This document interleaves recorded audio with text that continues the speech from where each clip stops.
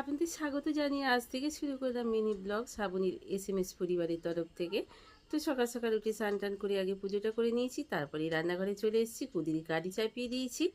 আর বাজার নিয়ে না গিয়ে বাড়ির সামনে থেকে দুটো মাছ নিয়ে নিলাম, মাছের কেচি ধুয়ে নিলাম, দিয়ে বেছে রেখে দিলাম এবং বাবির জন্য একটা ওয়াটার পোচ বানিয়ে দিলাম। ও ব্রেকফাস্ট এটাই খাবে বলেছিল, তারপরে বললো না আমি খাবো না মা, আমাকে লাঞ্চে দিয়ে দাও।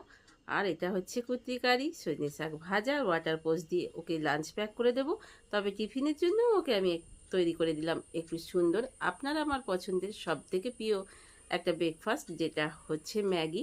আর বাচ্চুবাবু খেয়ে এবার বেরিয়ে পড়লো অফিসের পথে। অফিসে ওকে সি অফ করে দিয়েছে, বাসন টাসনগুলো মেজে ফেললাম এবং সবার আমার আপনার সবাইকার ভাতগুলোকে কুড়িয়ে একটা সুন্দর একটা ভাতগুলোকে ভেজে নিলাম। এবং বাবি বাড়ি ফেরার পথে একটু নিয়ে এলো চিকেন, গোটা মুরগি, এবং সেটাকে ভালো করে পিস করে দিল। আমিও রান্না করে ফেললাম।